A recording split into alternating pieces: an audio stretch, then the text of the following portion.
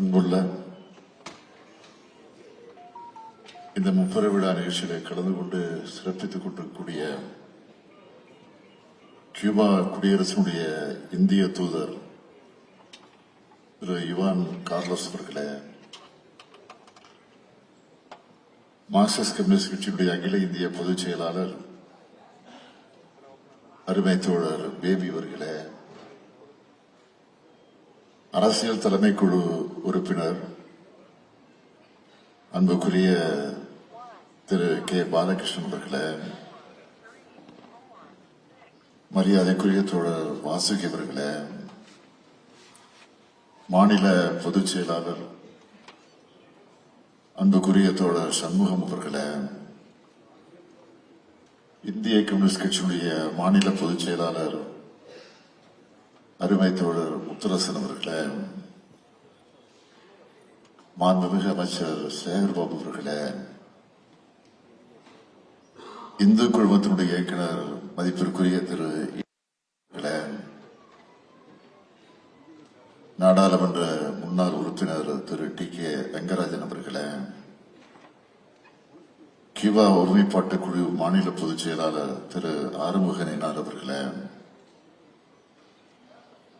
மாநில தலைவர் திருமதி ரோகிணி அவர்களே, கியூபா ஒருங்கிணைப்பு குழுவுடைய நிர்வாகிகளே, மார்க்சிஸ்ட் கம்யூனிஸ்ட் கட்சியுடைய முன்னணி தோழர்களே, பத்திரிகை மற்றும் ஊடகத்துறை சார்ந்திருக்கக்கூடிய நண்பர்களே, உங்கள் அனைவருக்கும் என்னுடைய அன்பான வணக்கத்தை நான் தெரிவித்துக் கொள்ள விரும்புகிறேன். கியூபா ஒருமைப்பாட்டு தேசிய குழுவும் மார்க்சிஸ்ட் கம்யூனிஸ்ட் கட்சியினுடைய தமிழ் மாநில குழுவும் இணைந்து நடத்தி கொண்டிருக்கக்கூடிய இந்த முப்பெரு விழா நிகழ்ச்சிகளை கலந்து கொள்வதிலே நான் மிகுந்த பெருமைப்படுகிறேன். செங்கொடி தொடர்பான உங்க எல்லோரையும் சந்திக்கிறதுல மிகுந்த மகிழ்ச்சி அடைகிறேன்.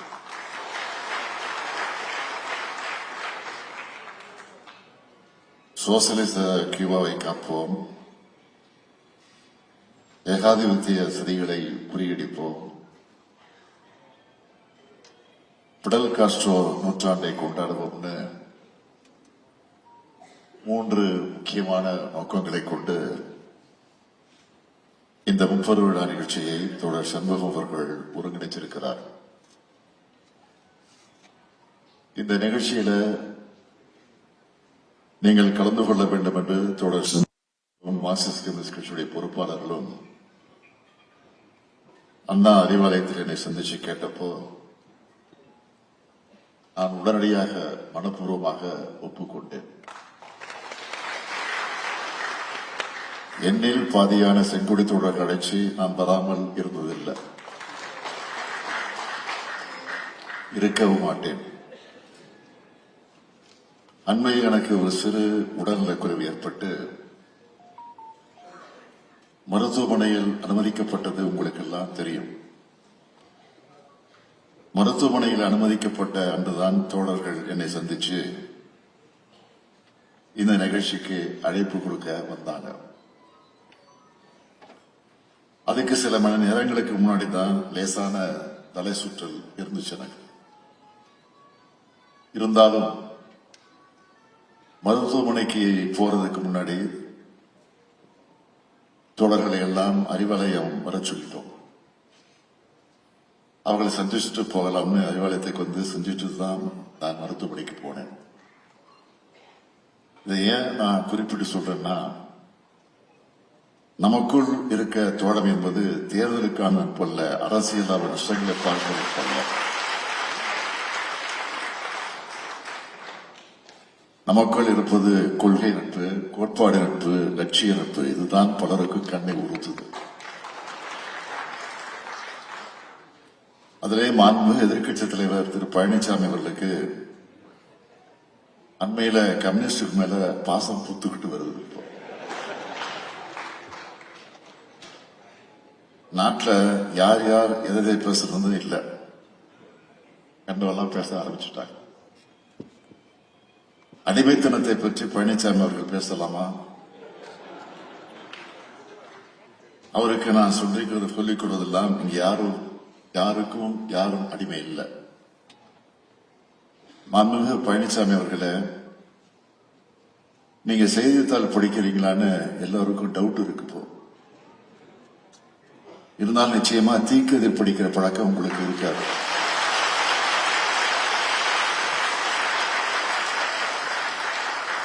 இருந்திருந்தா இப்படிலாம் பேச மாட்டீங்க. நான் நாள்தோறும் தீக்கதிர் படிக்கிறேன்.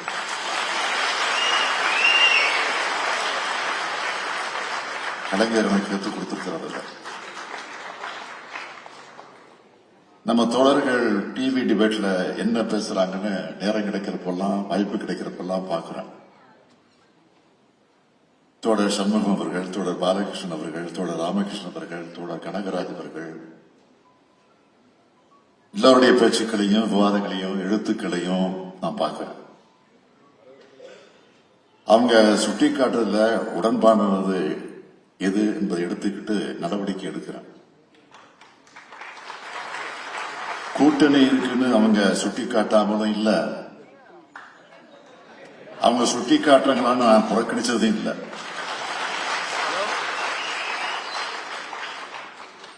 ஏன்னா எங்கெல்ல பாதி கம்யூனிஸ்டுகள். என்னோட பேரே ஸ்டாலின்.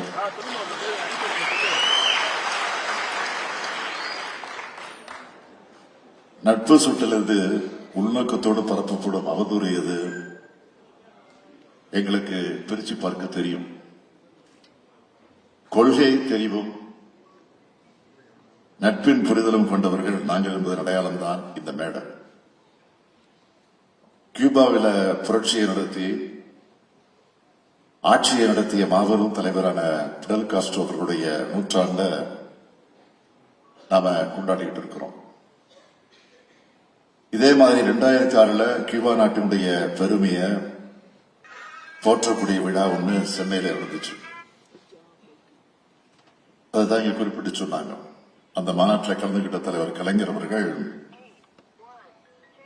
பிடல் காஸ்ட்ரோவுடைய புகழ கவிதையா வாசிச்சார். நம்ம தோழர் பாலகிருஷ்ணன் அவர்கள் கூட அதை சுட்டி காட்டினார். அந்த கவிதையிலிருந்து சில வரிகளை நான் குறிப்பிட்டு காட்ட விரும்புகிறேன். உயிரோடு இருக்கும் உலகத் தலைவர்கள் வரிசையில் உங்களை கவர்ந்த ஒருவரின் பெயரை கூறுக என்றார். உயிரோடு இருப்பவர் மட்டுமல்ல, என் உயிரோடும் மூச்சோடும் கலந்துள்ள ஒரு தலைவர் உண்டு, அவர்தான் பிடல் காஸ்ட்ரோ என்று. இளம் பிராயத்திலேயே அவர் எழுச்சி முரசு, புரட்சி கனல், இனங்கண்ட எதிரிகளை வீழ்த்து காட்டும் மூளைக்கு சொந்தக்காரர், இருளில் சர்வாதிகாரியாகவும் வெளிச்சத்தில் ஜனநாயகவாதியாகவும் இரட்டை வேட அரசியல் நடத்திய பாட்டிஸ்டா எனும் பசுத்தோற்பு வேங்கை, அந்த விலங்கின் வேஷத்தை கலைக்க துணிந்து அதற்கு ஒரு அணியை தயாரித்து போரிட்டு தோல்வியுற்று சிறைப்பட்டு நீதிமன்றத்தில் நிறுத்தப்பட்ட போதுதான் வரலாறு என்னை விடுதலை செய்யும் எனும் வைர வரிகளை சரித்திர புத்தகத்தில் மையம் புகழ் சித்திரமாக பதிய வைத்தார் காஸ்ட்ரோ. பாட்டிஸ்டா ஆட்சியில் பிடலுக்கு 15 ஆண்டு காலம் சிறை இருந்ததும் பற்றி எரிந்த மக்களின் புரட்சி நெருப்புக்கு ஈடு கொடுக்க முடியாமல் 2 ஆண்டுகளில் சிறை கதவு திறந்தது. சிங்கம் வெளியே வந்தது. அந்த சிங்கத்துக்கு ஒரு சிறுத்தை துணை சேர்ந்தது. அவர் பெயர்தான் சேக்குவார்.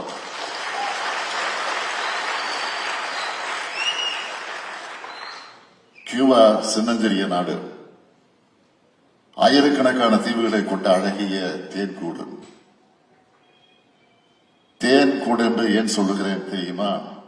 தெரியாமல் அமெரிக்கா கை வைக்கும் போதெல்லாம் கொட்டிவிடும் தேனீக்கள் கியூபாவின் மக்கள். அந்த கூடுகாக்கும் காவல்காரன் தான் பிடல் காஸ்ட்ரோ.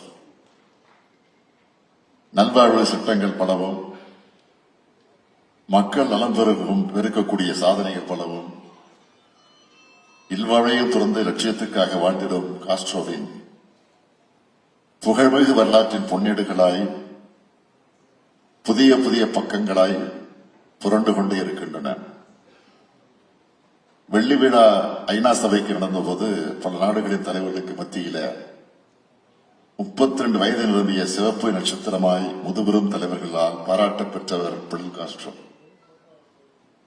முதற்கட்டமாக ஸ்பெயின் நாட்டின் காலனி கியூபா, அடுத்த கட்டம் அமெரிக்காவின் காலுக்கு அணியாக ஆக வேண்டும் கியூபா என்று ஆதிக்க புரியினர் முனைந்தபோது அதுதான் முடியாது, அந்த காலையே முடக்குவோம் என்று மக்களை திரட்டினார் பிடல் காஸ்ட்ரோ.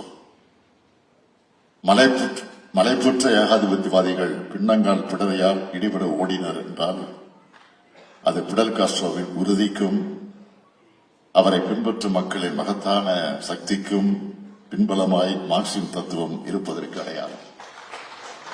இதுதான் தலைவர் கலைஞர் அவர்கள் எழுதிய கவிதை. இந்த கவிதையை மொழிபெயர்த்து பிடல் காஸ்ட்ரோ அவர்களிடம் தரப்பட்டு அதை தன்னுடைய மேசை மீதே வச்சிருந்தார் என்று தலைவர் சொன்னார். அப்படிப்பட்ட உலக தலைவரான பிடல் காஸ்ட்ரோ அவருடைய 100ஆண்டு விழாவில் பங்கேற்பது எனக்கு கிடைச்ச மிகப்பெரிய பெருமையாக நான் கருதுகிறேன். உலகின் பல நாடுகளில் புரட்சி நடந்திருக்கு. எல்லா புரட்சிகளும் வெற்றி பெற்றதில்லை. சில புரட்சிகள் தான் வென்றுள்ளன, சில புரட்சியாளர்கள் ஆட்சி அமைத்துள்ளனர். அப்படி ஒரு புரட்சி நடந்து அந்த புரட்சி வெற்றி பெற்று புரட்சியை தொடங்கியவரே ஆட்சியில் அமர்ந்து வெற்றிகரமாக பல்லாண்டு காலம் ஆட்சியும் அமைத்து அந்த போரையும் அந்த பேரையும் புகழையும் 100ஆண்டு காலம் தக்க வச்சிருக்காருன்னா அது பிடல் காஸ்ட்ரோ அவர்கள் தான். 17 ஆண்டு காலம் கியூபாவின் பிரதமர், 32 ஆண்டு காலம் கியூபாவினுடைய ஜனாதிபதி என